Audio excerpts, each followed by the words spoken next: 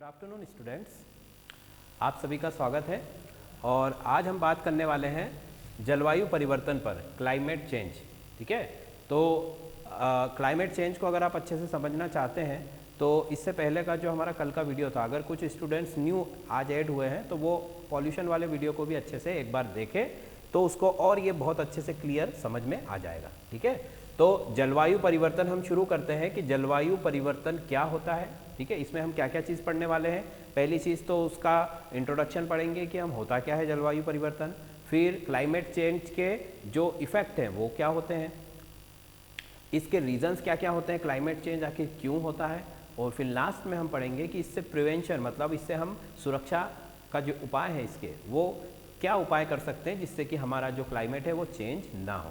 ठीक है, अच्छा चलिए, तो सबसे पहले क्लाइमेट चेंज पढ़ने से पहले हमें ये पढ़ना पड़ेगा कि क्लाइमेट होता क्या है, मतलब जलवायु हम किसे कहते हैं। ठीक है, अब आपने देखा होगा कि हमारे आसपास का जो वेदर है, जो मौसम है, वो कंटिन्यूसली चेंज होता रहता है। जैसे मान लीजिए आज बारिश हो रही है तो कल हो सकता है कि गर्मी फील होने लगे आपको, और फिर हो सकता है अगले दिन आपको ठंड फील होने लगे। मतलब कि जो मौसम होता है वो continuously day by day change होता रहता है। ठीक है, बट जो क्लाइमेट होता है उसको हम कैसे डिफाइन कर सकते हैं। क्लाइमेट जो होता है किसी भी लॉन्ग एरिया का, बड़ा एरिया, सबसे पहली चीज़ तो क्लाइमेट में क्या होना चाहिए, जिस एरिया की आप बात कर रहे हो वो एरिया बहुत बड़ा होना चाहिए। जैसे कि मान लीजिए पूरा एमपी है हमारा, ठीक है, या फिर पूरी कंट्री है हमारी, तो इसकी जब हम बात करेंगे तब हम क्लाइमेट की बात कर रहे होते हैं। ठीक है, और मौसम तो क्या होता है, मौसम तो हर शहर का, हर गांव का अलग अलग हो सकता है। ठीक है, लोकल मौसम हो सकता है, जैसे कि मान लीजिए अभी हम यहाँ पर हैं इस शहर में, इंदौर में है, तो इंदौर में मान लीजिए कि क्लाउडी जो है वो क्लाउडी डे है, पूरा बादल छाए हुए हैं आसमान में।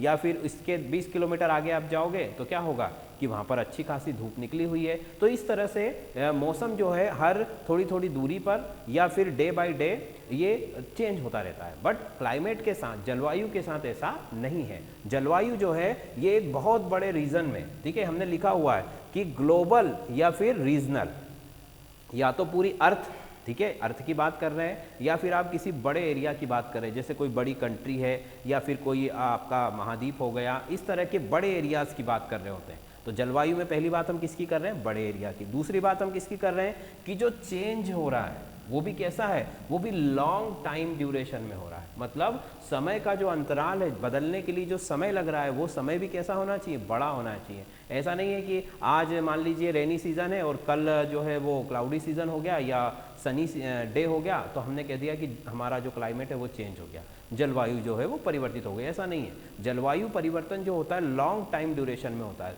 लंबी समय अवधि के अंतराल में होता है। जैसे कि मिनिमम 40 साल, 30 साल, 40 साल में किसी जगह की जो क्लाइमेट है वो चेंज होती है, अदरवाइज वो चेंज नहीं होती। अच्छा, इसके चेंज होने से मतलब हम क्यों चाहते हैं कि क्लाइमेट चेंज ना हो, क्योंकि क्लाइमेट से ही तो हम सब जुड़े हुए हैं। क्लाइमेट अगर चेंज होगा तो सारे लिविंग ऑर्गेनिज्म को अपना जो भी तरीका है रहने का, जीने का, खाने का, वो सब क्या करना पड़ेगा, चेंज करना पड़ेगा। उसके अकॉर्डिंग उनको ढलना पड़ेगा, और किसी के अकॉर्डिंग जाने में प्रॉब्लम्स क्रिएट होती हैं। इसीलिए हम चाहते हैं कि हमारा जो क्लाइमेट है वो हमेशा कैसा रहे, वो फिक्स रहे। ठीक है, तो फर्स्ट ऑफ ऑल क्लाइमेट क्या होता है, क्लाइमेट को भी आप ऐसा बोल सकते हो कि वो मौसम ही होता है, बट बड़ी जगह का मौसम, मतलब पूरे देश की बात कर रहे हैं हम, और साथ ही में किसकी बात कर रहे हैं कि जो टाइम ड्यूरेशन है। ठीक है, जैसे मौसम जनरली हर दिन बदलता है, ठीक है, बट क्लाइमेट जो है वो हर दिन नहीं बदलेगा। क्लाइमेट कैसा बदलेगा, 30 से 40 साल में या 50 साल के बाद चेंज होता है। वो भी माइनर चेंजेस होते हैं जो कि मतलब बहुत ही छोटे परिवर्तन होते हैं, जो नेचुरल अगर हो रहा है तो।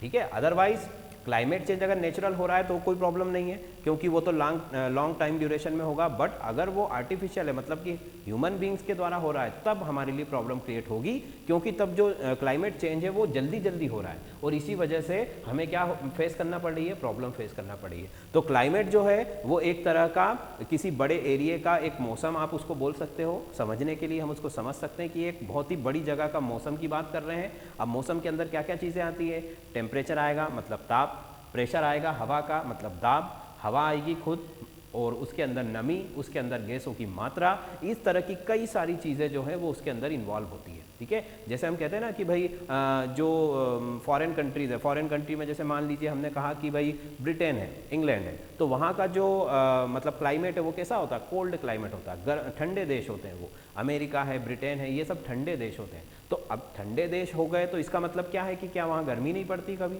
नहीं, ऐसा नहीं है, गर्मी वहाँ पर भी पड़ती है, पर जो एवरेज वेदर है वहाँ का वो कैसा है, वो कोल्ड है। और हमारे यहाँ का जो पूरी कंट्री का अगर हम ओवरऑल व्यू देखें तो हमारा देश किस देशों में आता है, गर्म देशों में आता है। मतलब यहाँ का जो तापमान है, जो टेम्परेचर है, वो एक तरह से ज़्यादा रहता है हमेशा, ठीक है। बट इसका मतलब ये है क्या कि यहाँ पर कभी ठंड नहीं पड़ती है? ठंड भी पड़ेगी, ठंडी के सीज़न में ठंड पड़ेगी, मतलब विंटर सीजन में आपको जो है वो कोल्ड का फीलिंग होगा। बट एवरेज अगर हम बात करें, जैसे साल में 12 महीने हैं तो 12 महीने, ठीक है, 365 दिन में से अगर आप एवरेज देखोगे तो हमारे यहाँ पर ज़्यादा किसका इफेक्ट होता है, हीट का, गर्मी का। इसीलिए हमारा जो क्लाइमेट है वो कैसा है, हमारा जो क्लाइमेट है वो गर्म है, ठीक है। मतलब एक तरह से आप बोल सकते हो कि हमारे देश की जलवायु गर्म जलवायु। और जहाँ पर ठंडे देशों की हम बात कर रहे हैं तो वहाँ की जलवायु कैसी है, ठंडी का मतलब कि वहाँ पर गर्मी भी पड़ रही है, बारिश भी हो रहा है, सब कुछ हो रहा है। बट जो एवरेज अगर आप निकालोगे तो सबसे ज़्यादा अगर आप वहाँ पर देखोगे तो ठंड सबसे ज़्यादा टाइम तक पड़ती है। इसीलिए वहाँ की जो जलवायु है वो कैसी है, वो ठंडी जलवायु। क्लियर? तो ये तो हुई जलवायु की बात। अब हम देखते हैं कि जलवायु परिवर्तन क्या होता है, क्लाइमेट में चेंज होना मतलब क्या। तो क्लाइमेट में चेंज होना मतलब कि अ चेंज इन ग्लोबल और रीजनल क्लाइमेट पैटर्न, ठीक है। मतलब कि ग्लोबली का मतलब हम पूरी धरती की बात कर रहे हैं, और यहाँ पर हम कह रहे हैं रीजनल मतलब किसी क्षेत्र विशेष की बात कर रहे हैं। क्षेत्र विशेष मतलब कि जैसे कोई देश है या कोई प्रदेश है, इस तरह से। तो उनमें जो वेदर है, ठीक है, या जो क्लाइमेट है उसके पैटर्न में चेंज आ रहा है। पैटर्न में चेंज आ रहा है मतलब एवरेज वहाँ का टेम्परेचर मान लीजिए 25 डिग्री रहता था पहले, ठीक है, बट अब उसमें चेंज हो गया है, वो या तो उससे कम हो गया है या उससे ज़्यादा हो गया है। एवरेज बारिश वहाँ पर मान लीजिए कि 50 मिलीमीटर होती थी, ठीक है, बट वहाँ पर एवरेज बारिश चेंज होने के बाद कुछ और हो गई है। तो दैट मीन्स कि रीजनल, बहुत बड़े एरिया की या फिर पूरे ग्लोबली, इसकी जब हम बात कर रहे होते हैं तभी हम क्लाइमेट के को इंडिकेट कर रहे होते हैं। तो क्लाइमेट पैटर्न में चेंज होना, और वो चेंज कैसा होना चाहिए, ग्लोबल होना चाहिए या रीजनल होना चाहिए। छोटी छोटी जगहों की बात हम नहीं कर रहे हैं। अगर छोटी जगहों की बात करोगे तो वो क्या कहलाएगा, वो मौसम कहलाएगा, ठीक है। बड़ी जगह, बड़ा टाइम ड्यूरेशन, ये किसके लिए है, ये क्लाइमेट के लिए है, जलवायु के लिए, ठीक।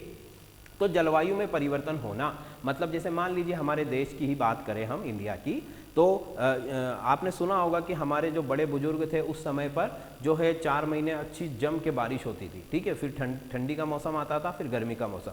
मतलब जो सीजन्स थे या जो वेदर था वो प्रॉपर तरीके से डिवाइडेड था और अच्छे से टाइम टू टाइम अपने काम करता था। मतलब कि हमारा जो क्लाइमेट है वो कैसा था, क्लाइमेट जो है वो एक बहुत ही अच्छी और फिक्स कंडीशन पर था, ठीक है। बट अब हम देखते हैं कि जो क्लाइमेट है हमारा वो धीरे धीरे चेंज होता जा रहा है, और पहले से ही गर्म देश है हमारा, और भी यहाँ पर गर्मी जो है वो बढ़ती जा रही है, जिसकी वजह से क्या हो रहा है, जिसकी वजह से पूरा जो वेदर है, वेदर का जो पैटर्न है वो चेंज हो रहा है। भाई कभी भी बारिश का होना, कभी भी ठंडी का पड़ना, और कभी भी गर्मी का एहसास होना। तो ये जो चेंज हुआ है ये क्लाइमेट चेंज होने की वजह से ही हम ऑब्जर्व करते हैं।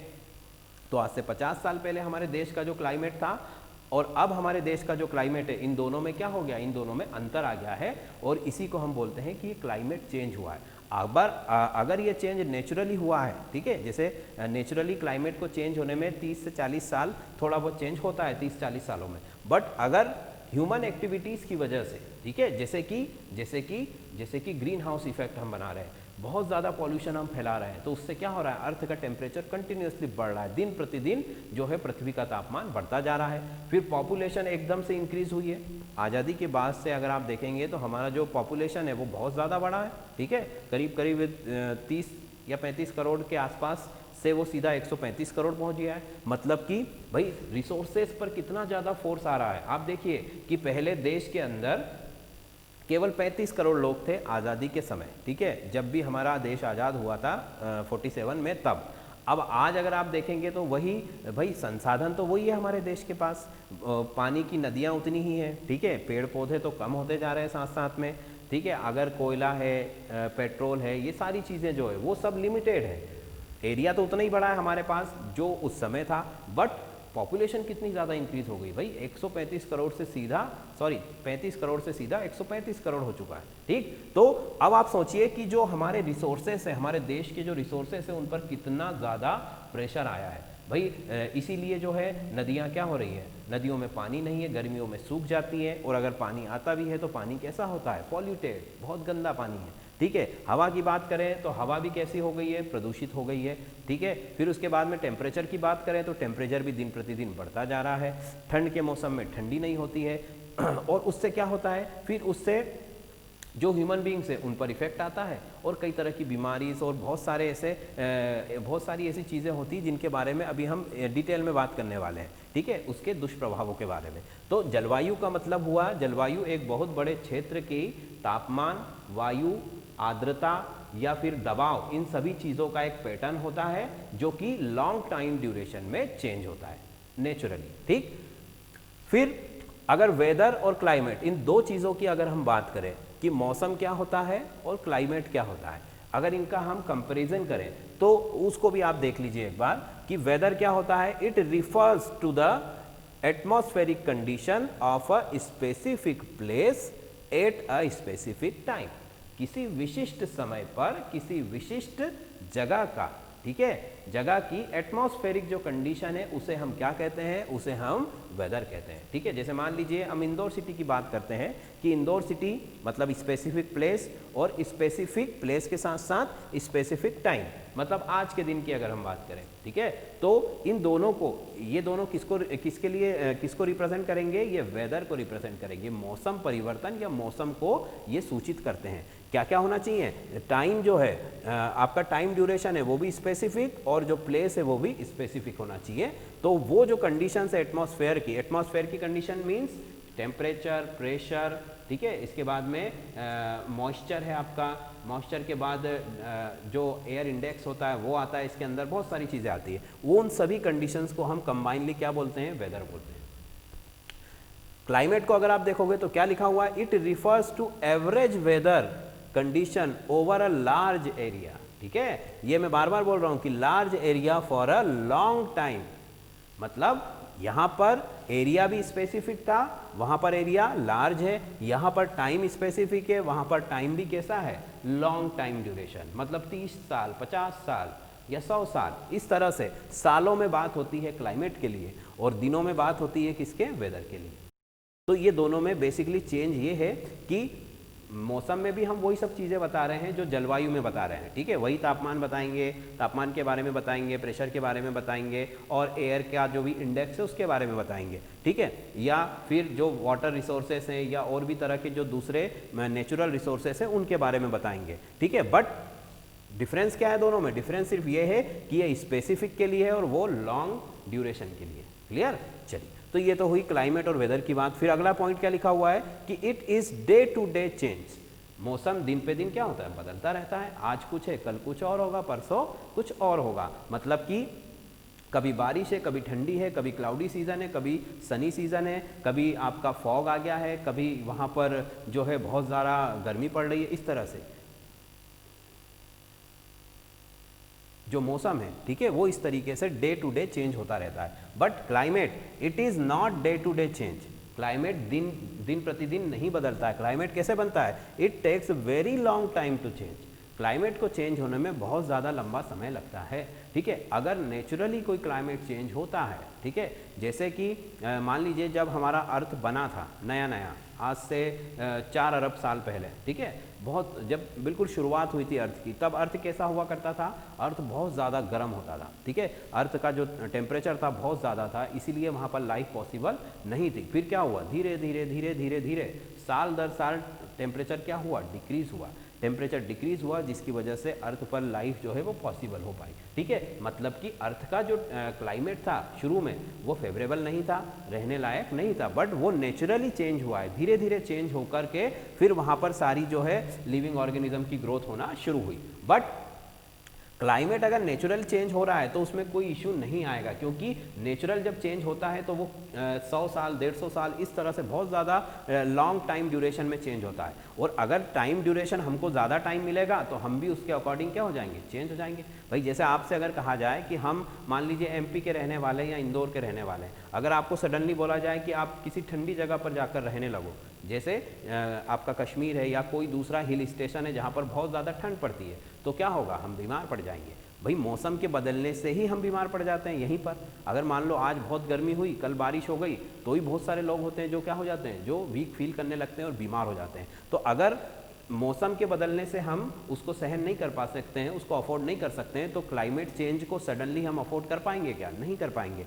अगर आपसे बोला जाए कि आप राजस्थान मतलब जहाँ बहुत गर्मी होती है वहाँ जाकर रहिए, तब भी हमें प्रॉब्लम होगी। अगर बहुत ठंडी जगह पर बोला जाएगा तब भी हमें प्रॉब्लम होगी। क्यों होगी, क्योंकि हमारी बॉडी जो है उसके लिए तैयार नहीं है। उसके लिए हम जिस तरह के क्लाइमेट में रहते हैं, हमारी सेल्स, हमारे टिश्यू, हमारा सिस्टम, हमारा ब्रेन, हमारी मेंटल और फिजिकल जो हेल्थ है वो सब उसी के अकॉर्डिंग है। और सडनली अगर उसमें चेंज आप करना चाहोगे तो चेंज होगा तो फिर हमें प्रॉब्लम्स क्रिएट होंगी। बट अगर मान लो कि आपसे कहा जाए कि आप इंदौर में रहते हैं, ठीक है, अब आप धीरे धीरे हमें कहाँ जाना है, ठंडी जगहों पर जाना है, तो आप सडनली वहाँ पर ना जाते हुए, ठीक है, सडनली वहाँ पर ना जाते हुए कैसे जाएंगे, रुक रुक कर।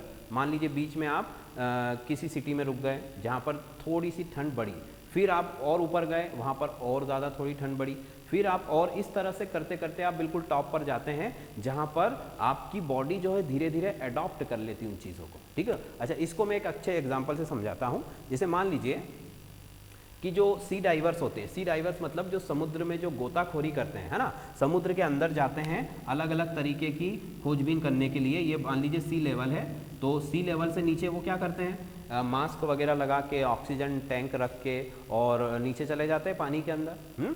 तो उनके साथ एक प्रॉब्लम होती है। क्या प्रॉब्लम होती है सी डाइवर्स को, कि वो जो ऑक्सीजन टैंक लेकर जाते थे, उस ऑक्सीजन टैंक में क्या होता था, ऑक्सीजन प्लस नाइट्रोजन का मिक्सचर होता था। फाइन, क्योंकि हमें पता है कि ऑक्सीजन रेस्पिरेशन में मैंने पढ़ाया था कि ऑक्सीजन अकेले तो हम इनहेल नहीं करते हैं। मतलब ऑक्सीजन, अगर आप प्योर ऑक्सीजन को इनहेल करोगे, शुद्ध ऑक्सीजन को अगर आप लोगे तो भी आपके लिए प्रॉब्लम होगी, क्योंकि शुद्ध ऑक्सीजन क्या करती है, ये जला सकती है आपके टिश्यूज़ को।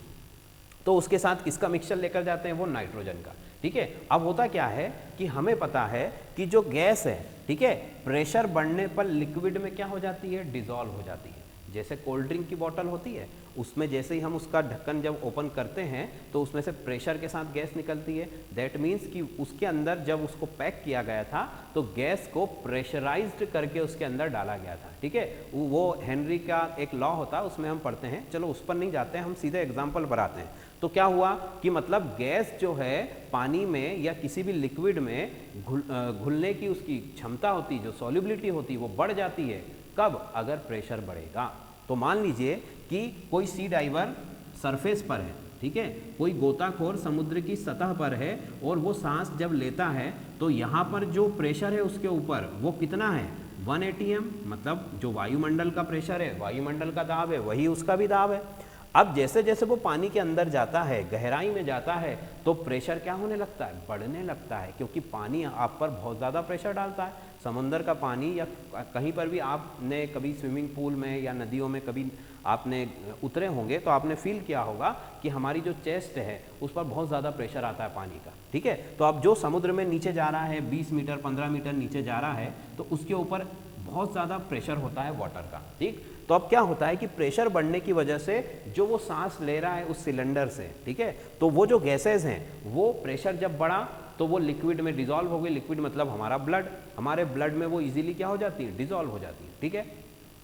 बट फिर होता क्या है, यहाँ तक तो कोई प्रॉब्लम नहीं, पर जब वो सी डाइवर ऊपर आता है, जो गोताखोर जो है समुद्र की सतह पर वापस आता है, तब क्या होता है कि जब हाई प्रेशर में जो गैसेस उसकी बॉडी में घुल चुकी थी ब्लड में, वो गैसेस सडनली बाहर निकलने लगती है और इसीलिए उसे क्या होता है, पेन होने लगता है। इसे सी सिकनेस भी बोला जाता है, जो कि गोताखोरों के साथ ये समस्या होती है, ठीक है। तो उसको सॉल्व करने के लिए वो क्या करते हैं, उसको सॉल्व करने के लिए, क्योंकि सडनली अगर चेंज होगा, भाई वो 30 मीटर नीचे है, उसने वहाँ पर एयर अंदर लिया और वो एयर उसके ब्लड में डिजॉल्व हो गया और वो 30 मीटर से डायरेक्ट कहाँ पर आ गया, ऊपर आ गया सरफेस पर, तो प्रेशर एकदम से क्या हो गया, कम हो गया, तो जो गैसेस डिसॉल्व थी वो बाहर निकल गई और इसी वजह से उसको प्रॉब्लम होने लगी। तब वो लोग क्या करते हैं, वो लोग 30 मीटर से डायरेक्ट ऊपर नहीं आते हैं। जैसे मान लीजिए वो 30 मीटर पर है तो वो पहले वो 25 मीटर पर आएंगे, मतलब सिर्फ 5 मीटर ऊपर आएंगे, फिर वहाँ पर थोड़ी देर रुकेंगे, ठीक है, फिर उसके बाद फिर वो 20 मीटर पर आएंगे, मतलब 5 मीटर और आएंगे। इस तरह से वो धीरे धीरे धीरे धीरे करके सरफेस पर आते हैं, जिससे उनकी बॉडी जो है उस चेंज के लिए तैयार रहती है और उन्हें प्रॉब्लम फेस नहीं करना पड़ता है। तो इसको समझाने का मतलब सिर्फ यही था कि अगर क्लाइमेट में चेंज नेचुरली और धीरे धीरे होगा तो हमारी बॉडी उसे अडॉप्ट कर लेगी, बट अगर सडनली होगा, अचानक होगा, जल्दी से हो जाएगा, तो हमारी बॉडी से अडॉप्ट नहीं कर पाएगी। और ह्यूमन एक्टिविटीज़ की वजह से क्लाइमेट में जो चेंज हो रहा है वो सडनली हो रहा है, मतलब अचानक और जल्दी जल्दी हो रहा है, इसीलिए तो प्रॉब्लम क्रिएट हो रही है। क्योंकि नेचुरली अगर चेंज होता तो कोई प्रॉब्लम नहीं थी, 100 साल में जलवायु में कुछ परिवर्तन होगा तो तब तक तो 100 साल तक तो हमारी एज ही हो जाएगी, और फिर अगर मान लीजिए हम रहे भी तो हमारी बॉडी उसके अकॉर्डिंग जो है वो क्या हो जाएगी, सेटल हो जाएगी। तो इसलिए क्लाइमेट चेंज एक बहुत ही गंभीर समस्या है आज के समय में। फिर आगे अगर हम देखें तो वेदर की हम बात कर रहे थे कि इट चेंज फ्रिक्वेंटली, मतलब वेदर जो है वो जल्दी जल्दी बदलता है, वही एक ही चीज़ है, और ये क्या लेता है, लॉन्ग टाइम ड्यूरेशन। फिर अगला देखो एग्जाम्पल में क्या, जैसे sunny weather, cloudy weather, foggy है, रेनी है, इस तरह से। और क्लाइमेट की अगर हम बात करें तो जैसे रेन फॉरेस्ट, ठीक है, ओशियन का क्लाइमेट या पोलर क्लाइमेट, जो ध्रुव होते हैं, अर्थ के जो दोनों ध्रुव हैं, ठीक है, साउथ पोल और नॉर्थ पोल, इनका जो क्लाइमेट है वो उसको हम बोल सकते हैं कि वो एक तरह से क्या है, वो मौसम नहीं है, वो क्लाइमेट है।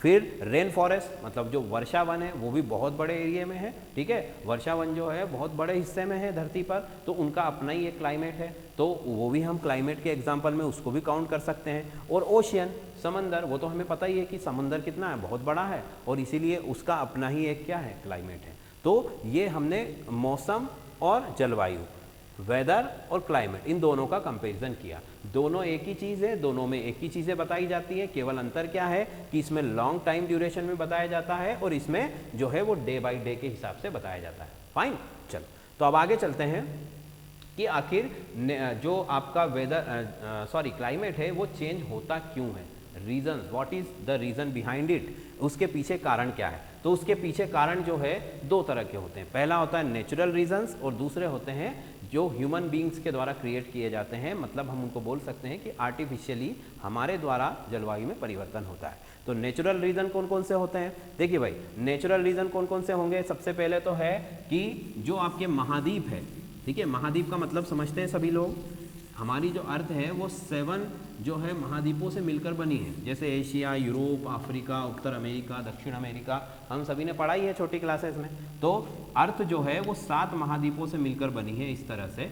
तो उससे होता क्या है कि उनके खिसकने की वजह से, भाई वैज्ञानिक ऐसा बताते हैं कि शुरू में अर्थ पर केवल एक ही महाद्वीप था इस तरह से, और बाकी पूरा समंदर था, है ना, मतलब कि अमेरिका हो, चाहे आपका यूरोप हो, इंडिया हो, चाइना हो, ये अलग अलग कुछ नहीं था, क्या था, सब टोटल पूरी ज़मीन एक ही जगह थी, मतलब सारी ज़मीनें जुड़ी हुई थी, पूरी जो रहने लायक जो सरफेस था वो कैसा था, सब एक दूसरे से अटैच था, मतलब पूरी धरती पर केवल एक ही द्वीप था और बाकी पूरा क्या था, समुद्र था। शुरू में, बहुत शुरू में जब अर्थ बन रही थी तब, ठीक। फिर धीरे धीरे क्या हुआ कि ये ब्रेक डाउन हुए, है ना, और ब्रेक डाउन होकर छोटे छोटे टुकड़ों में डिवाइड हो गए। तो आज के टाइम पर जो हमें दिखता है वो 7 महाद्वीप है हमारे बड़े बड़े, जिनको कि हम जानते हैं। और अब अभी भी क्या हो रहा है, अभी भी उनका मूवमेंट रुका नहीं है, ठीक है। जैसे ये डिवाइड होकर के 7 हिस्सों में बढ़ गए, है ना, 7 हिस्से, मतलब एक जो है एशिया बन गया मान लो, फिर एक यूरोप बन गया, उसके बाद में इधर आपके America, south America, north America, इस तरह से, फिर नीचे आपका अफ्रीका वाले महाद्वीप आ जाएंगे। तो पहले एक था, फिर धीरे धीरे टुकड़ों में टूटना शुरू हुआ, तो और आप एक दूसरे से उनकी डिस्टेंस क्या हो रही है, बढ़ रही है, वो खिसक रहे हैं। तो इन महाद्वीपों के खिसकने की वजह से मतलब वो एक दूसरे से दूर जा रहे हैं, उसकी वजह से क्या हो रहा है, उसकी वजह से क्लाइमेट में चेंज होता है, और वो चेंज नेचुरली होता है। अब चेंज कैसे होता है, भाई मान लो पहले ये पूरा एक ही था, अब एक से ये दो हो गए, एक से ये दो टुकड़ों में बट गया हमारा जो महाद्वीप है, दो महाद्वीप बन गए। तो अब उससे हुआ क्या, उससे हुआ कुछ ये कि यहाँ पर इनके बीच में पहले समुंदर नहीं था, पर अब समुंदर का पानी यहाँ आ जाएगा, बीच में आएगा कि नहीं आएगा, ये दो महाद्वीप बन गए, ठीक। फिर इसके बाद में दो टुकड़ों में टूटने की वजह से जो नेचुरल रिसोर्सेस है उनमें भी डिवाइडेशन हो गया, जो आपके फॉरेस्ट हैं, जंगल हैं, वो अलग अलग हो गए, ठीक है। उसके बाद में जब ये आपस में एक दूसरे से दूर जाते हैं तो कई तरह की डिजास्टर्स भी होते हैं, मतलब कि जैसे भूकंपों का आना, ज्वालामुखी का फटना, तो इसकी वजह से भी क्लाइमेट में क्या होता है, चेंज होता है। तो महाद्वीपों के खिसकने की वजह से जलवायु में परिवर्तन होता है, परंतु ये एक प्राकृतिक घटना है, इसलिए ये धीमी होती है, आप उसको महसूस भी नहीं कर पाते हो। जैसे कि धरती अपने अक्ष पर घूम रही है, तो वो क्या है, एक प्राकृतिक घटना है, तो उसको हम फील कर पाते हैं क्या, नहीं कर पाते हैं। तो वैसे ही महाद्वीपों का खिसकना, दूर दूर जाना, ये भी एक प्राकृतिक घटना है जिसकी वजह से जलवायु में परिवर्तन होता है, बट वो बहुत ज़्यादा लॉन्ग टाइम ड्यूरेशन के लिए 100 साल 150 साल इस तरह से होता है, इसीलिए वो हमारे लिए हार्मफुल नहीं होता है, ठीक है। तो जलवायु परिवर्तन का पहला कारण क्या है, महाद्वीपों का खिसकना, मतलब जो आपके बड़े बड़े जो महाद्वीप है वो एक दूसरे से दूर जा रहे हैं, ठीक। फिर दूसरा कारण क्या है, दूसरा कारण है वॉल्केनोज, ज्वालामुखी। तो ज्वालामुखी के फटने की वजह से भी जलवायु में परिवर्तन होता है। कैसे होता है, देखिए, मान लीजिए कहीं पर कोई ज्वालामुखी है, जब उसमें ब्लास्ट हुआ या अगर वो मान लीजिए कि एक्टिव वॉल्केनो है, मतलब सक्रिय ज्वालामुखी है, जिससे कंटिन्यूअसली जो है लावा निकलता रहता है, गैसेस निकलती रहती हैं, धुआं निकलता रहता है, सल्फर निकलता रहता है, तो उससे होता क्या है, देखिए, जब ज्वालामुखी में ब्लास्ट होता है, विस्फोट होता है, तो ज्वालामुखी से क्या क्या चीज़ें निकल रही हैं, सबसे उसमें से जो मेन पॉइंट है वो है कि गैसेस, कौन सी गैसेस, सल्फर कंटेनिंग गैसेस, जैसे सल्फर डाइऑक्साइड, सल्फर ट्राइऑक्साइड, क्योंकि जो वॉल्केनोज है वो सल्फर के बहुत सल्फर रिच होते हैं, मतलब सल्फर उनमें बहुत ज़्यादा होता है।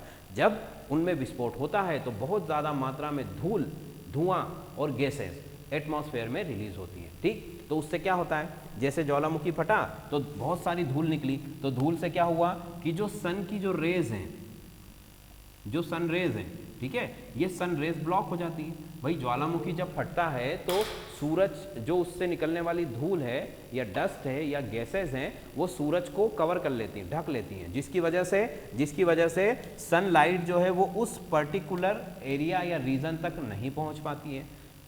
और आप देखोगे कि ज्वालामुखी जो है वो भी छोटी मोटी जगह को प्रभावित नहीं करता है, बड़े बड़े क्षेत्रों को प्रभावित कर सकता है। क्यों, क्योंकि ज्वालामुखी कहीं कहीं तो ऐसा भी है कि ज्वालामुखी की पूरी सीरीज़ है, वॉल्केनो की क्या है, पूरी सीरीज़, एक के बाद एक के बाद एक के बाद कई सारे ज्वालामुखी हैं। तो वो क्या करते हैं कि सन रेज को ब्लॉक कर देते हैं। सबसे पहले ये सन रेज अगर ब्लॉक हो गई तो क्या होगा भाई, अगर सूरज की रोशनी ही हम तक नहीं पहुँच पा रही है तो अंदर तो उसके नीचे जब हम रह रहे हैं तो क्या क्या चेंजेस होंगे, सन रेज अगर नहीं आएंगी तो हमारे लिए बहुत ज़्यादा प्रॉब्लम क्रिएट हो जाएगी। प्रॉपर इवापोरेशन नहीं होगा तो बारिश नहीं होगी तो क्या होगा, हमारे जितनी भी काम है, ठीक है, जैसे एग्रीकल्चर है या पीने के पानी की प्रॉब्लम है या फिर इंडस्ट्रीज़ वगैरह के लिए पानी चाहिए, वो सब मिलना बंद हो जाएगा। और ऐसा नहीं कि ज्वालामुखी एक दिन में फटा और बुझ गया, ज्वालामुखी में जब ब्लास्ट होता है तो वो कई कई दिन, महीनों तक भी चलता है, ठीक है, लगातार उसमें से धुआं गैसें निकलती रहती है, और इसीलिए वो क्लाइमेट चेंज के लिए रिस्पॉन्सिबल होता है, क्योंकि उससे टेम्परेचर बढ़ता है, ठीक है। टेम्परेचर बढ़ने के साथ साथ गैसों का जो एक्सट्रैक्शन है, मतलब गैसें उसमें से जो निकलती है, उसकी वजह से एटमॉस्फेयर की जो गैसों का बैलेंस है वो बिगड़ जाता है। फिर डस्ट जो निकलती है वो सन रेज को ब्लॉक करती है, जो भी टेम्परेचर के लिए रिस्पॉन्सिबल होती है, कि टेम्परेचर उससे भी क्या होता है, प्रभावित होता है, और डायरेक्ट हार्म भी करता है। भाई वॉल्केनो जो है क्लाइमेट में चेंज तो कर ही रहा है, साथ साथ क्या कर रहा है, डायरेक्टली आपको हार्म कर रहा है। वहाँ आसपास के जो रहने वाले लोग हैं उनको सीधा उससे नुकसान होता है, वहाँ पर कई लोग मर भी जाते हैं और कईयों को अपना घर छोड़कर जाना पड़ता है। तो ज्वालामुखी जब फटते हैं, और ऐसा नहीं है कि आपने कह दिया कि एक ज्वालामुखी या दो, पूरी सीरीज़, ठीक है, पूरी की पूरी सीरीज़ होती है। अभी तो जैसे हम देखेंगे कि अब तो ह्यूमन एक्टिविटीज़ इतनी बढ़ गई है और जो आपके महाद्वीप है वो बहुत ज़्यादा 7 टुकड़ों में टूट चुके हैं, बट जो इनिशियल अर्थ थी, प्रारंभिक जो धरती थी, वहाँ पर बहुत ज़्यादा ज्वालामुखी में विस्फोट होते थे, जिसकी वजह से भी जलवायु में बहुत परिवर्तन हुआ है। ठीक है, तो पहला रीज़न महाद्वीपों का खसकना, उसके कारण जलवायु में परिवर्तन होता है। दूसरा है ज्वालामुखी का फटना, ज्वालामुखी की वजह से भी आपके जो है क्लाइमेट है उसमें चेंज होता है। ठीक, फिर तीसरा जो रीज़न है हमारा कि जो अर्थ है आपकी वो टिल्ड है अपने एक्सिस पर, अपने अक्ष पर झुकी हुई है, तो उस झुकाव के वजह से भी क्लाइमेट में क्या होता है, चेंज होता है। ठीक है, अब आपने सुना होगा कि अभी कुछ साल पहले जापान में एक बहुत बड़ा भूकंप आया था। ठीक है, जिससे अर्थ की जो टिल्डनेस है, मतलब जो झुकाव था वो हल्का सा बढ़ गया था। ठीक है, उससे भी क्या होता है, क्लाइमेट में चेंज होता है। क्योंकि मैंने ये तो कल ही बताया था कि सन है और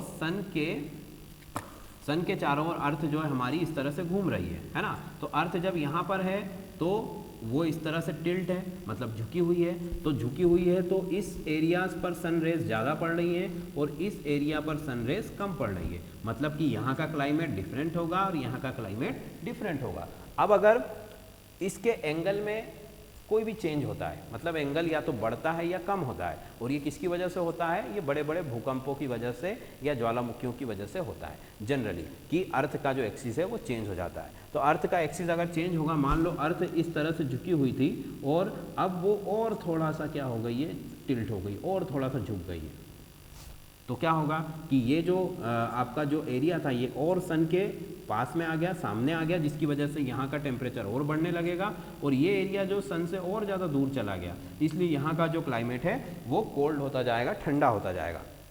तो धरती का अपने अक्ष पर झुके होना ये भी जलवायु परिवर्तन का एक मुख्य कारण है, क्लाइमेट चेंज का एक मेन रीज़न होता है। ठीक है, बट ऐसा नहीं है कि ये रोज़ ही हो रहा है। ठीक है, ऐसा थोड़ी ना होता है। धरती अगर अपने अक्ष पर झुकी है तो कई सालों में एक बार ऐसा होता है, जो कि बड़े भूकंप की वजह से या किसी बड़ी प्राकृतिक घटना की वजह से ऐसा होता है। ठीक है, अभी पिछली बार जब हुआ था तब वो जापान में आने वाले एक बहुत बड़े भूकंप की वजह से धरती की जो धुरी है वो थोड़ी सी बदल गई है। ठीक है, बट वो चेंज इतना मेजर नहीं था कि हमें उसका जो इफेक्ट है वो डायरेक्टली दिखाई देने लगे, बट इफेक्ट तो हुआ है और लॉन्ग टाइम ड्यूरेशन में धीरे धीरे उसका प्रभाव हम पर भी पड़ेगा। ठीक है, अर्थ पर कहीं पर भी भूकंप आए, कहीं पर भी ज्वालामुखी फटे, उसका प्रभाव पूरी धरती पर होगा, पर ये जरूर है कि जहाँ पर ये घटना हुई है वहाँ पर प्रभाव जल्दी दिखने लगेंगे, और जहाँ पर घटना नहीं है, जो दूर की जगह है, वहाँ पर इसका जो इफेक्ट है वो थोड़ा देर से दिखाई देगा। ठीक है, पर होगा सब जगह। तो क्लाइमेट चेंज का फर्स्ट हमारा था महाद्वीपों का खिसकना, ज्वालामुखी का फटना, अगला है पृथ्वी का झुकाव हो गया। फिर अगली जो रीज़न है वो क्या है, जो आपका सी होता है, समंदर होता है, उसकी जो वेव्स होती, जो तरंगे होती, उनकी वजह से ज्वालामुखी में परिवर्तन होता है। अब आप कहोगे कि तरंगों से कैसा परिवर्तन हो सकता है, तो देखो तरंगों से परिवर्तन का मतलब, यहाँ तरंगों का मतलब ये है कि जो हमारा मून है, ठीक है, मून है, ये मैंने मून बनाया है। ठीक है, तो मून अर्थ पर जो सी वाटर होता है, अर्थ पर ज़्यादातर वाटर ही है, हमें पता है ना। तो जो मून है इसकी जो ग्रेविटी है, वो ग्रेविटी क्या करती है कि सी वाटर के ऊपर इफेक्ट डालती है। कैसे इफेक्ट डालती है कि समंदर के पानी को वो खींचती रहती है और फिर इस तरीके से उसको छोड़ देती है। मतलब वाटर लेवल जो होता है सी का वो बढ़ता है फिर कम हो जाता है, जिसे हम क्या कहते हैं, जिसे हम कहते हैं लो टाइड और हाई टाइड, मतलब ज्वार भाटा। ठीक है, तो ज्वार भाटा का मतलब क्या होता है, ज्वार भाटा का मतलब समुंदर के किसी बहुत बड़े एरिया का, ठीक है, ये भी कोई छोटी मोटी जगह पर नहीं होता है, समुंदर के कोई बड़े एरिया का जल स्तर जो होता है वो अचानक बढ़ना और फिर कम होना, इस तरह से वहाँ पर चलता रहता है। और वो किसकी वजह से होता है, वो होता है मून की ग्रेविटी की वजह से। फाइन, इतनी बात समझ में आई। अब इससे क्लाइमेट में चेंज कैसे होगा, भाई क्लाइमेट में चेंज किस तरह से होगा, अगर मान लीजिए समुद्र का पानी कहीं पर बढ़ रहा है, ठीक है, मतलब वाटर का अमाउंट सडनली क्या हो रहा है, बढ़ रहा है, तो अगर वहाँ की एयर मान लीजिए ड्राई थी तो वो कैसी हो जाएगी, वो मॉइस्चर गेन करने लगेगी। ठीक है, अगर एयर ने मॉइस्चर गेन कर लिया दैट मीन्स कि वो हैवी हो जाएगी। हवा का मतलब भारी हवा हमेशा क्या होती है, नीचे की तरफ बैठती है, और एयर प्रेशर जो है वो क्या करेगी, इंक्रीज करेगी, मतलब कि हवाओं का चलना इससे डिसाइड हो सकता है। भाई जहाँ पर एयर प्रेशर, हम सुनते हैं ना मौसम में कि मौसम में कम दबाव का क्षेत्र बना, मौसम में कभी आप ध्यान से सुनोगे कि प्रशांत महासागर के ऊपर कम दबाव का क्षेत्र बना है जिसकी वजह से भारी बारिश होने की संभावना, ऐसा मौसम में हम सुनते हैं जनरली। तो ये क्या होता है कम दबाव का क्षेत्र? कम दबाव का क्षेत्र का मतलब यही है कि गर्मी जब ज़्यादा बढ़ी, मान लो यहाँ पर आपका गर्मी बहुत बढ़ी तो इवापोरेशन शुरू हुआ है ना, तो जैसे ही इवापोरेशन होता है तो क्या होता है कि एयर जो है गर्म होकर ऊपर जाने लगती, मान लो ये हमारी एयर है, ये गर्म होकर ऊपर जाने लगी। अब जैसे ये ऊपर जाएगी तो इसके प्लेस को फुलफिल करने के लिए दूसरी जगह से ठंडी हवाएं यहाँ पर आने लगती हैं, ठीक है। तो इस तरह से एयर का एक फ्लो बन जाता है जो कि क्या कर रहा है, जैसे हम बोलते हैं ना कि जब जब बारिश शुरू होने वाली होती है उससे थोड़े दिन पहले 10-15 दिन तक खूब हवाएं चलती है, आंधी चलती है, तो वो किस वजह से चलती है? वो इसी वजह से चलती है। एयर प्रेशर में अगर चेंज आएगा, 2 पॉइंट्स के बीच में या 2 एरियाज के बीच में एयर प्रेशर में जब चेंज आता है तो हवा कहाँ पर चलती है? हवा लो प्रेशर की तरफ जाती है, हाई प्रेशर से लो प्रेशर की तरफ बहने लगती है।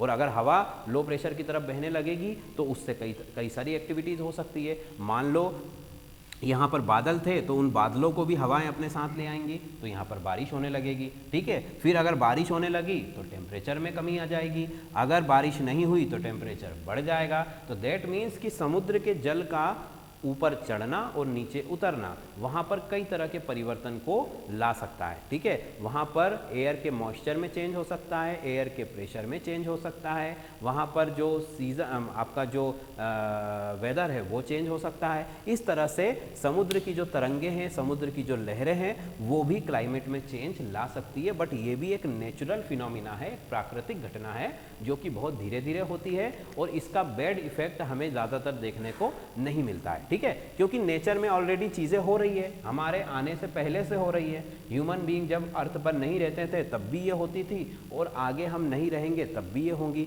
इसलिए हमारी लाइफ पर ये सीधा सीधा कोई दुष्प्रभाव नहीं डालती है। तो जलवायु में परिवर्तन एक अगर प्राकृतिक रूप से हो रहा है तो वो ज़्यादा चिंता का विषय नहीं है। पर अगर जलवायु में परिवर्तन कैसा हो रहा है, ह्यूमन बींग्स, ह्यूमन एक्टिविटीज़, मानव की क्रियाकलापों के द्वारा अगर हो रहा है, कैसे हो रहा है अब वो सुनो। प्राकृतिक कारण हमने सारे डिस्कस कर लिए, ठीक है। अब हम आते हैं आर्टिफिशियल रीजंस, मतलब कि जो कृत्रिम कारण है या मानव के क्रियाकलापों के द्वारा जो उत्पन्न होने वाली समस्याएं हैं उनसे कैसा प्रभाव पड़ रहा है क्लाइमेट पर, हमारे जलवायु पर। तो उसमें सबसे पहला जो है पॉल्यूशन, ठीक है, जिस पर हमने कल ही बात करी है कि पॉल्यूशन से क्या होता है। पॉल्यूशन से इतनी ज़्यादा हम गैसों का अमाउंट जो है एटमॉस्फेयर में रिलीज कर रहे हैं, मतलब टनों से हो रहा है, ठीक है। कार्बन डाइऑक्साइड जो है वो कई टन कार्बन डाइऑक्साइड हर दिन एटमॉस्फेयर में जाती है, ठीक है। जिसकी वजह से क्या होता है, कार्बन डाइऑक्साइड क्या है, एक ग्रीन हाउस गैस है। ग्रीन हाउस गैस है जो कि क्या करती है, जो कि सनलाइट को ट्रैप कर लेती है, उस सनलाइट को रोक लेती है, सूरज के प्रकाश को ये बांध लेती है एक तरीके से उसकी गर्मी को, जिसकी वजह से अर्थ का जो टेम्परेचर है वो कंटिन्यूसली क्या हो रहा है, बढ़ रहा है, ठीक है। और उस टेम्परेचर बढ़ने की वजह से ग्लोबल वार्मिंग का खतरा हो रहा है, ग्लोबल वार्मिंग। अब एक नया शब्द है जो अभी तक हमने डिस्कस नहीं किया है, वैसे तो आप लोगों को पता ही होगा, बहुत ही नॉर्मल सी चीज़ है। वो क्या रहा है, देखो पॉल्यूशन बढ़ा, मतलब कि पॉल्यूशन में मेन कौन है, carbon dioxide, sulphur dioxide, sulphur और कार्बन से, और एक कार्बन मोनोऑक्साइड भी हम ले सकते हैं। ये 3-4 गैसें हैं जिनका उत्सर्जन हम बहुत ज़्यादा करते हैं, ठीक है। ऐसे तो सारी चीज़ें हैं बट ये मेन गैसें हैं जो कि बहुत ज़्यादा ह्यूमन बींग्स के द्वारा बनाई जाती है और एटमॉस्फेयर में छोड़ी जाती है, ठीक है। अब हुआ क्या कि पॉल्यूशन बढ़ा, मतलब कि कार्बन डाइऑक्साइड का अमाउंट जो है देश के अंदर या एटमॉस्फेयर के अंदर क्या हो रहा है, बढ़ रहा है। अगर इसका अमाउंट बढ़ेगा तो कार्बन डाइऑक्साइड जो है कैसी है भाई, कार्बन डाइऑक्साइड जो है ग्रीन हाउस गैस है।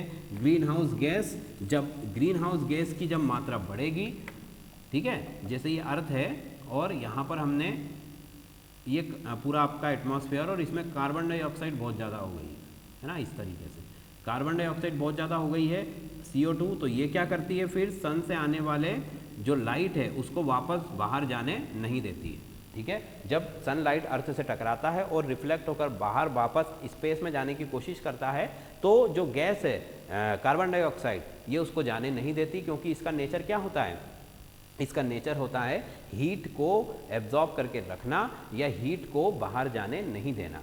जैसा ग्रीन हाउसेज में होता है। ग्रीन हाउस मतलब ग्लास के बने हुए, कांच के बने हुए घर होते हैं जिनके अंदर ठंडी जगहों में पेड़ पौधे उगाए जाते हैं, मैंने बताया था पहले, है ना।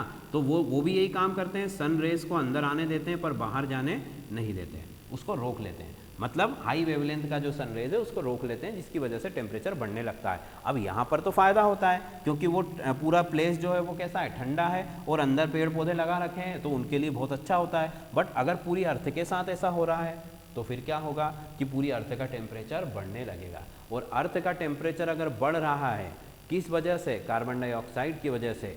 और भाई जो टेम्परेचर 100 साल में बढ़ना था वो टेम्परेचर हमने 10 साल में बढ़ा दिया, तो फिर उसका दुष्प्रभाव, उसका जो बुरा प्रभाव है वो हमें फेस करना ही पड़ेगा। मान लो अर्थ का जो टेम्परेचर है, भाई जो कई सारी संस्थाएं हैं जो कि इस तरह के डाटा प्रोवाइड करती हैं, उनके अकॉर्डिंग अगर हम देखें तो अर्थ का जो टेम्परेचर है पिछले 100 सालों में कितना बढ़ा है, पिछले 100 सालों में 1 से 1.5 डिग्री तक बढ़ा है। ये सुनने में बहुत कम लगता है कि बस इतना सा, मतलब 1 या 1.5 या ज़्यादा से ज़्यादा 2, तो इतने से टेम्परेचर से क्या फ़र्क पड़ने वाला है अर्थ पर, ठीक है। तो आपको पता होना चाहिए, आप अर्थ का तो छोड़ो, आप अपने ऊपर ले लो कि हमारी बॉडी का जो टेम्परेचर है वो कितना होता है। हमारी बॉडी का टेम्परेचर जो है 37 प्लस माइनस, मतलब कि 37 डिग्री होता है, मान लो एवरेज टेम्परेचर, ठीक है। तो 37 डिग्री टेम्परेचर है हमारी बॉडी का, ठीक है। अगर 1 डिग्री टेम्परेचर भी बढ़ जाता है तो हमें बुखार आ जाएगा। क्या आ जाएगा, बुखार आ जाएगा। और अगर 1 डिग्री टेम्परेचर अगर कम हो जाता है तो क्या हो, उसको उस कंडीशन को बोलते हैं हाइपोथर्मिया, मतलब आपको बहुत ज़्यादा ठंड लग जाएगी, आपके बॉडी के जो ऑर्गन्स है वो काम करना बंद कर देंगे केवल 1 डिग्री के परिवर्तन में, ठीक है। तो मतलब कि जब 1 डिग्री का चेंज हम पर इतना ज़्यादा इफेक्ट डाल सकता है, बैड इफेक्ट, तो अर्थ पर भी वो क्या कर सकता है, बैड इफेक्ट डालेगा, और डाल भी रहा है। क्या क्या डाल रहा है बैड इफेक्ट अर्थ पर, कि अब मान लो अर्थ हमारी पूरी एक बॉडी है ना, तो बॉडी के सारे फंक्शंस अच्छे से काम नहीं, भाई जो हार्ट है, मान लो हमारी बॉडी में हार्ट है, उसको काम करने की आदत है 37 डिग्री पर, लीवर है उसको काम करने की आदत है 37 पर। अब आप टेम्परेचर उसका बढ़ा रहे हो या कम कर रहे हो तो वो प्रॉपर वर्क करेगा क्या, नहीं करेगा। अगर वो प्रॉपर वर्क नहीं करेगा तो ना तो डाइजेशन प्रॉपर होगा, ना रेस्पिरेशन प्रॉपर होगा, ना एब्जॉर्प्शन प्रॉपर होगा, कुछ भी नहीं होगा आपकी बॉडी के अंदर। तो आपको क्या होने लगेगी, फिर प्रॉब्लम्स, मतलब बीमारियां होने लगेंगी। वैसे ही अर्थ में क्या है कि अगर टेम्परेचर 1 या 1.5 या 2 डिग्री भी बढ़ा है तो उससे क्या होगा कि अर्थ के जो फंक्शंस हैं, अर्थ के फंक्शन दैट मीन्स कि बारिश का होना टाइम पर, ठीक है, तूफानों का आना, नदियों का बहना, या फिर वनों का बनना या जलना, ये सारी चीज़ें अर्थ के फंक्शंस हैं। भाई अर्थ पर हम रह रहे हैं तो ये फंक्शंस अर्थ अपने आप करती है, हम लोग तो करने नहीं जा रहे हैं, हम तो केवल उसको बिगाड़ने का काम कर रहे हैं। कि बारिश कहीं पर होना है तो हम डिसाइड कर सकते हैं क्या कि बारिश कहाँ होगी, नहीं, वो तो वहाँ का क्लाइमेट, वहाँ का वेदर उसी से डिसाइड होगा। तो अर्थ के जो सारे फंक्शंस है वो डिस्टर्ब हो रहे हैं, किसकी वजह से, टेम्परेचर बढ़ने की वजह से। और पूरी अर्थ का जो टेम्परेचर बढ़ रहा है किसकी वजह से, ग्लोबल वार्मिंग की वजह से या कार्बन डाइऑक्साइड की वजह से, उसी को हम ग्लोबल वार्मिंग, ग्लोब का मतलब पूरी अर्थ और वार्मिंग मतलब गर्म होना, तो पूरी धरती का गर्म होना, इसी को बोला जाता है ग्लोबल वार्मिंग। और ग्लोबल वार्मिंग मतलब किसकी वजह से हो रही है, कार्बन डाइऑक्साइड की वजह से, जो कि एक मेन पॉल्यूटेंट है, हमारा एक मुख्य प्रदूषक है जो हमारे द्वारा उत्पन्न होता है, ठीक है। अब अगर टेम्परेचर बढ़ा तो जो पहाड़ों पर जो बर्फ़ जमी हुई है वो क्या होने लगेगी, मेल्ट होने लगेगी, पिघलने लगेगी, और पिघल कर कहाँ आएगी, समंदर में आएगी, समुद्र में आएगी, जिसकी वजह से कि जो सी का जो वाटर लेवल है वो क्या होने लगेगा, इंक्रीज होने लगेगा, जिसकी वजह से भी बहुत सारी प्रॉब्लम है, वहाँ आसपास रहने वाले लोगों को प्रॉब्लम है। या फिर अगर वहाँ कंसंट्रेशन चेंज हो रहा है, ठीक है, कंसंट्रेशन चेंज हो रहा है, किसका कंसंट्रेशन चेंज हो रहा है, आपके सी जो वाटर है उसका कंसंट्रेशन, वहाँ सॉल्ट का कंसंट्रेशन चेंज होगा, मैंने पहले भी बताया था, उससे सारी जो वेदर की कंडीशन है वो सब कुछ चेंज हो जाएगी। तो ग्लोबल वार्मिंग एक बहुत बड़ी समस्या है पूरी धरती के लिए, ठीक है। अब मान लो कि अब तो खैर बहुत संस्थाएं बन रही हैं जो इस तरह की रोकथाम करती हैं, बट आप अगर ना भी करो, मान लो हम भारत देश में हमारी गवर्नमेंट रूल्स बना दे कि भाई मोटरसाइकिल्स वगैरह जो हैं वो आपको नहीं चलानी है, या इंडस्ट्रीज़ को बोल दें कि आपको बहुत ज़्यादा गैसों का जो इमिशन है वो नहीं करना है, ठीक है। बट दूसरी कंट्रीज़ तो कर रही सारी चीज़ें, तो अगर वो ना रुकेंगी तो भी उसका बैड इफेक्ट सब जगह पड़ेगा। मतलब कि अगर इसको रोकना है तो क्या करना होगा, इसको रोकना है तो सारे देशों को मिलकर एक साथ काम करना पड़ेगा, क्योंकि अगर पूरी अर्थ पर एक साथ ये काम होगा तभी उसके अच्छे इफेक्ट हमें देखने को मिलेंगे, ठीक है। अगर कोई एक कंट्री सारे काम कर रही है, बाकी की नहीं कर रही है, तो उसके करने का भी कोई सेंस फिर नहीं बनेगा। हो सकता है कि उसके एटमॉस्फेयर में कुछ फेवरेबल कंडीशन बन जाएं, पर वो टेम्पररी होगी। जो परमानेंट कंडीशन अगर आपको फेवरेबल बनानी है तो पूरी अर्थ पर एक साथ ये परिवर्तन होने चाहिए। परिवर्तन कैसे, कि पॉल्यूशन कम से कम करना चाहिए, जिसमें से मेन जो कार्बन डाइऑक्साइड गैस है उसका जो उत्सर्जन है उसको कम करना होगा। उसके उत्सर्जन को कम अगर नहीं किया तो ग्लोबल वार्मिंग बढ़ती जाएगी। तो पूरी अर्थ को एक साथ कोशिश करनी होगी। तो हमने जलवायु परिवर्तन के जो ह्यूमन एक्टिविटीज़ के द्वारा होने वाला जो चेंज है उसमें पहला रीजंस क्या था, पॉल्यूशन, और दूसरा है ग्रीन हाउस इफेक्ट। ये दोनों ही एक दूसरे से जुड़े हुए हैं, क्योंकि अगर पॉल्यूशन बढ़ेगा तो ग्रीन हाउस इफेक्ट भी बढ़ेगा, और अगर ग्रीन हाउस इफेक्ट बढ़ेगा तो ग्लोबल वार्मिंग बढ़ेगी, और ग्लोबल वार्मिंग बढ़ेगी मतलब कि टेम्परेचर जब बढ़ेगा तो आपका जो पूरा अर्थ है, जो उसका पूरा सिस्टम है, जो उसका पूरा क्लाइमेट है वो चेंज होने लगेगा, जिसकी वजह से वहाँ पर रहने वाले लिविंग ऑर्गेनिज्म को प्रॉब्लम्स होगी। कई सारी आपने देखा होगा ना कि कई सारी प्रजातियाँ नष्ट हो चुकी हैं। क्यों नष्ट हो गई है, क्योंकि क्लाइमेट चेंज की वजह से नष्ट हुई है। और ह्यूमन बीइंग भी सरवाइव क्यों कर पा रहा है, क्योंकि अभी हमारे पास रिसोर्सेज बचे हुए हैं। जब हमारे रिसोर्सेज भी खत्म होने लगेंगे तो हमारे ऊपर भी संकट गहराने लगेगा, ठीक है। तो ये तो कुछ रीजंस थे क्लाइमेट चेंज के। अब बैड इफेक्ट मतलब जलवायु परिवर्तन का प्रभाव क्या होता है, दुष्प्रभाव जिसको बोला, तो पहला बताया तापमान बढ़ेगा, ठीक है। अगर तापमान में परिवर्तन हुआ तो वेदर में चेंज होगा, क्योंकि पहले तो चेंज क्लाइमेट में होगा, क्लाइमेट में चेंज हुआ, टेम्परेचर में चेंज हुआ तो वेदर में चेंज होगा, मतलब मौसम में परिवर्तन होगा। और अगर मौसम आपका बिल्कुल आपका फेवरेबल नहीं है तो फिर क्या होगा, फिर होगा आप देखो अगला एग्रीकल्चर, खेती।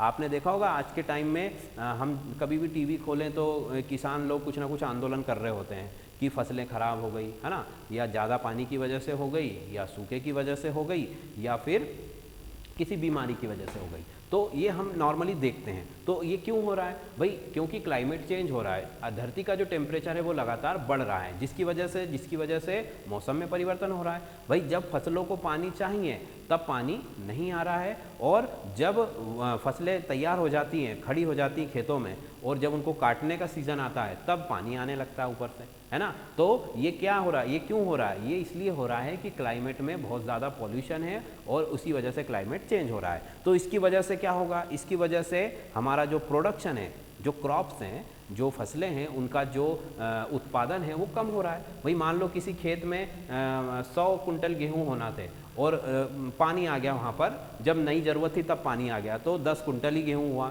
तो उससे क्या होगा कि उसको तो 100 कुंटल चाहिए था पर हुआ 10 कुंटल। तो इससे क्या होगा, फिर महंगाई बढ़ने लगेगी, क्योंकि जब प्रोडक्शन कम हो जाता है, किसी भी चीज़ का प्रोडक्शन जब कम होता है तो उसके जो प्राइस है वो क्या हो जाते हैं, बढ़ जाते हैं, पहली चीज़।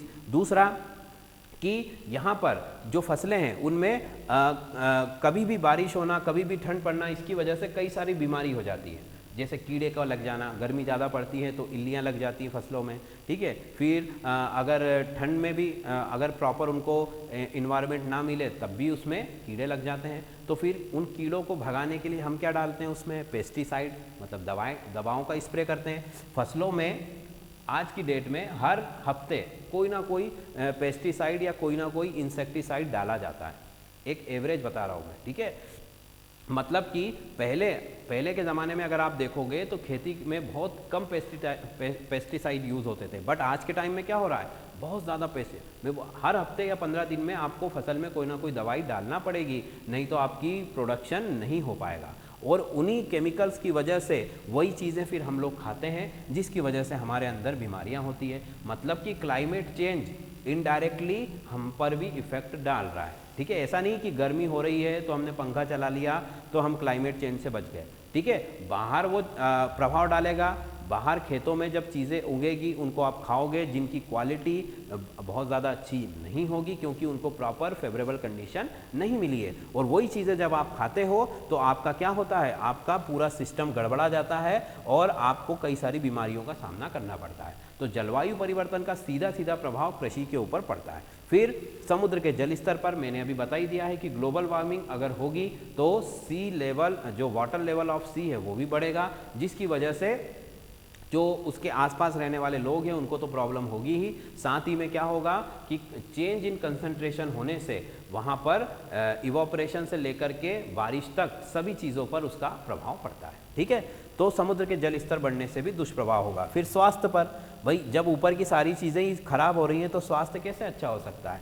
तापमान भी आपका बढ़ रहा है, खेती में जो आप चीज़ें उगा रहे हैं वो भी अच्छी नहीं है, ठीक है, मौसम भी अच्छा नहीं है, तो बीमार तो होना ही है। ठीक है, अगर आपके अकॉर्डिंग क्लाइमेट वेदर की जो कंडीशन है वो आपके अकॉर्डिंग नहीं है तो क्या होगा, आप बीमार पड़ जाओगे। मौसम में जैसे ही बदलाव होता है, मौसम में परिवर्तन होता है तो हम लोगों को हल्का फुल्का बुखार आ जाता है, सभी को आता है, क्योंकि चेंज अगर होता है सडनली तो ये तो चेंज कैसा होता है, ये तो परमानेंट चेंज होने लगे हैं अब, तो इसलिए स्वास्थ्य पर इसका बहुत ही विपरीत प्रभाव पड़ता है। हमारी जो हेल्थ है उस पर इसका बहुत ज़्यादा प्रभाव पड़ता है, क्योंकि जो चीज़ें हम खा रहे हैं वो भी साफ़ नहीं है बिकॉज ऑफ क्लाइमेट चेंज, जो पानी हम पी रहे हैं वो भी साफ़ नहीं है बिकॉज ऑफ क्लाइमेट चेंज, जो आपने अगर उनको हम कहते हैं कि भाई उबालने से उनकी जो पेस्टिसाइड्स है वो ख़त्म हो जाएंगे, पर जिस पानी में उबाल रहे हो वो पानी अच्छा नहीं है। तो कहने का मतलब कि यहाँ पर स्वास्थ्य पर बहुत ही विपरीत प्रभाव पड़ता है। इसी वजह से बच्चे जो हैं वो कुपोषित रह जाते हैं, इम्यूनिटी कम हो जाती है, बीमारियों का जो खतरा है वो बढ़ जाता है।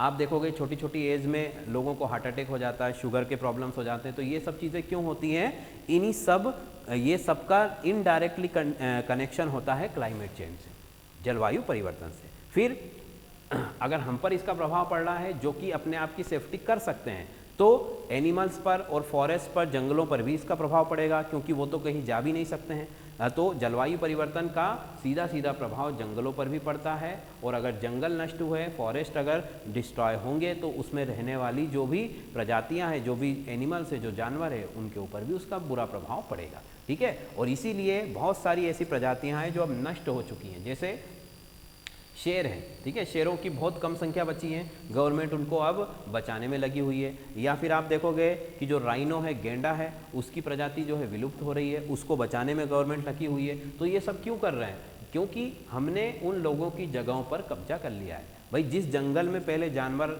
रहते थे, उस जंगल को काट कर हमने वहाँ या तो इंडस्ट्री लगा दी या फिर वहाँ पर जो है खेती करने लगे। तो उसकी वजह से क्या हुआ, उनका पूरा क्लाइमेट चेंज हो गया, उनको रहने की जगह नहीं है, खाने के लिए कुछ नहीं है, तो इसलिए उनकी जो संख्या है वो कम होने लगी। फाइन, तो ये इसके कुछ दुष्प्रभाव है। फिर क्लाइमेट चेंज को हम रोक कैसे सकते हैं, तो क्लाइमेट चेंज को हम रोक सकते हैं, सबसे पहला क्या काम करना होगा हमें कि कम से कम प्रदूषण उत्पन्न करें। मतलब फॉसिल फ्यूल्स जो है उनका यूज़ हम कैसा करें, उनका यूज़ हम कम से कम करें। जो भी जीवाश्म ईंधन है, जैसे पेट्रोल है या कोयला है या डीजल है, कोई भी है, उसका आप जितना कम यूज़ करोगे तो गैसों का जो उत्सर्जन है वो उतना ही कम होगा, क्योंकि पेट्रोल जलेगा तभी तो कार्बन डाइऑक्साइड या कार्बन मोनोऑक्साइड ऐसी जो पॉइजनस गैसेस हैं वो एटमॉस्फेयर में रिलीज होंगी। तो हम अगर जलवायु परिवर्तन को रोकना चाहते हैं, क्लाइमेट चेंज को रोकना चाहते हैं, तो हमें क्या करना होगा, हमें फॉसिल फ्यूल का यूज़ कम से कम करना होगा। ठीक, दूसरी चीज़ कि जो नेचुरल सोर्स ऑफ एनर्जी है, natural source of energy means जैसे सनलाइट से हम एनर्जी लेते हैं, सोलर पैनल्स होते हैं जिनसे हम बिजली बनाते हैं, ठीक है, या फिर विंड टरबाइन होते हैं जिससे भी हम बिजली बना सकते हैं। तो ऐसे नेचुरल रिसोर्सेज का यूज़ हम ज़्यादा से ज़्यादा करें, ठीक है, क्योंकि अगर हम नेचुरल रिसोर्सेज की तरफ जाएंगे तो ऑब्वियसली हमारा जो डिपेंडेंस है वो ख़त्म हो जाएगा फॉसिल फ्यूल से, मतलब जीवाश्म ईंधनों से हमारी जो निर्भरता है वो ख़त्म हो जाएगी। और अगर वो निर्भरता ख़त्म होती है मतलब कि जो प्रदूषण है उसकी मात्रा बहुत कम होगी, और प्रदूषण कम होगा तो क्लाइमेट में चेंज भी नहीं होगा। इसलिए आपको क्या करना होगा कि नेचुरल रिसोर्सेज का यूज़ ज़्यादा से ज़्यादा करें और जो फॉसिल फ्यूल्स हैं उनका यूज़ कम से कम करें।